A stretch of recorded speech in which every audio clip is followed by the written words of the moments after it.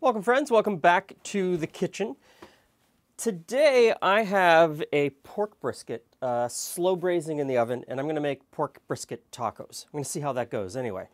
So part of that is I want to have some tortillas. Now I've gotten pretty good at making corn tortillas. Flour tortillas are a different matter. So I want to tackle that today and see if I've gotten any better. Last fall, Julie and I went to Mexico a couple of times, and we were trying to learn how to make tacos al pastor. And along the way, we were also trying to get people to teach us how to make, because making flour tortillas seems pretty straightforward. There's not too many ingredients. But what I found was, even though there's not too many ingredients, there are so many ways to make them. Everybody makes them a little bit differently according to their family tradition or where they came from within Mexico.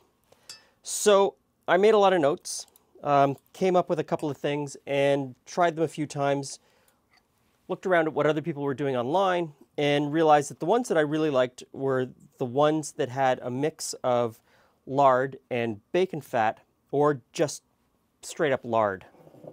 So the ones I'm going to try and make today are combo lard and bacon fat with milk. So in here I've put about half of the amount of milk that I poured out to begin with, put in some bacon fat, and now I'm going to put in some lard. And this is pure lard that I rendered out of some pork fat that we had.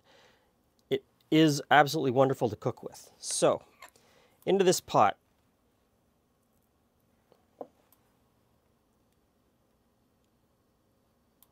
In this bowl, I have all-purpose flour, and to that I'm going to add baking powder and salt.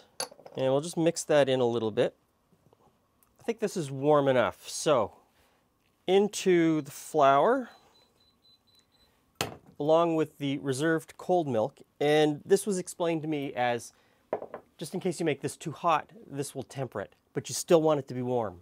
I don't know. I think if you were careful with your temperature management, you could just do it all in the pot and it would be fine. So I'm going to bring this together first with a spatula just to get all of the flour incorporated and wet. And once I've got kind of a ragged dough that's sticking together really nicely, I'm going to change to my hands and just get in there and knead it. And you want to bring it together and knead it until it's a nice, smooth, elastic dough. You can do this out on your countertop if you want to. Everybody that I watched do this in Mexico did it in the bowl. I'm not sure why, but just like any bread, you could probably just put this out on your countertop and knead it together nicely. I'm sorry, I can't do it in the bowl. I'm going to have to put it out on the counter. It feels like a really nice dough. I don't know that it's going to take much kneading to bring it all together. You can see little flecks of the bacon grease inside, and you can really smell that bacon and pork lard. To me, it smells absolutely wonderful. So, you need this for, I don't know, 5, 6, 7 minutes, just until it feels right, which I know is a terrible description. But if you've worked with bread, you should kind of be able to figure it out, and I'm hoping that I will be able to figure it out. All right, I think we've got it. It feels about right. Put that into a ball, and we're going to wrap this in plastic wrap and let it rest at room temperature for probably at least an hour if you can.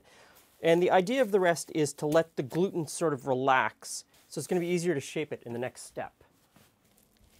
Okay, the dough has rested. Now I'm going to break this into 16 pieces.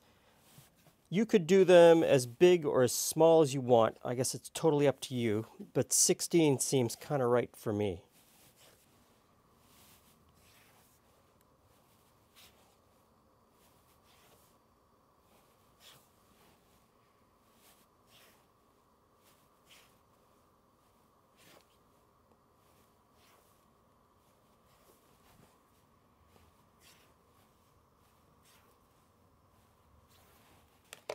And then I take each of those pieces of dough, make it into a little ball, and put it on a baking tray and just cover it over while I continue doing the rest. Okay. So I've got a little bit of flour here if I need it to roll these out, but I don't know that I will because the dough is a little bit on the greasy side because it's got quite a bit of oil in it. So I think I might try and roll this out without using any flour. Okay, just like the pita last week, I'm going to flatten it first with my palm. Try to keep it round-ish. And then just roll it out with a rolling pin. Again, trying to keep it roundish.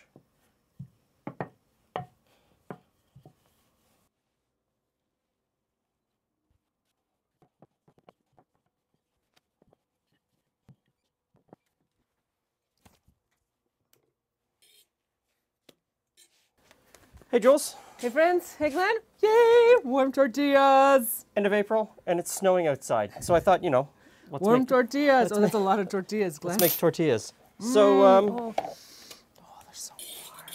my shaping is getting better. It's not great. This isn't something that I grew up with, so. A warm bready substance. Flavor's good, texture's good. Yeah.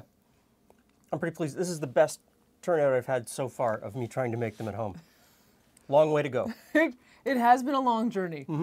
Yes, I still remember a woman who was bringing. She's like, "You just do this, Yeah. and it's done." And you're like, "Okay." No. No. Which is It's part of that myth of bread, right? That it's difficult, but it's about practice. it is about practice. And for people who lived in that culture and grew up with the culture of this, it seems really easy, and it probably is really easy. I didn't see a flour tortilla until I was in high school. I was in university, so there you go. So, But that being said, when we say when we use phrases like "easy as pie," pie crust is easy for you. We've known how to make pie crust since we were children because that's just the norm, right? So everything is about practice and being exposed to it. So try it. Make it yours. Make it okay the first time. Make it great the third time.